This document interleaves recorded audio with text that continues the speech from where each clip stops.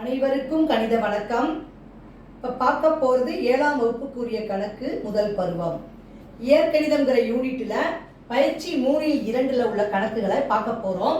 அதில் 4வது கணக்கு கழிக்க. 12K இருந்து 4Kவை கழிக்க அப்படின்னு சொல்லி கொடுத்துருக்காங்க. இப்போ என்ன செய்யணும்? 12K minus 4K.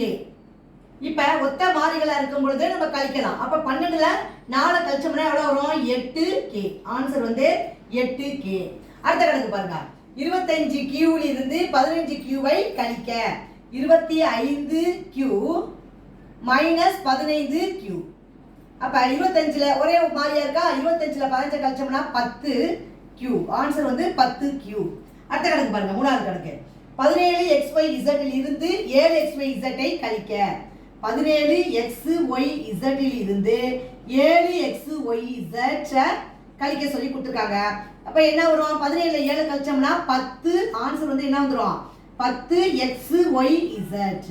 17ல் 7 கழிச்சு 10, 10XYZ அப்படின்னு இப்படி நேரடியாக ஒரே மாறியாக இருக்கும் பொழுது நம்பரை மட்டும் கழிச்சுட்டு அந்த மாறியை எடுத்து எழுதிக்கலாம்.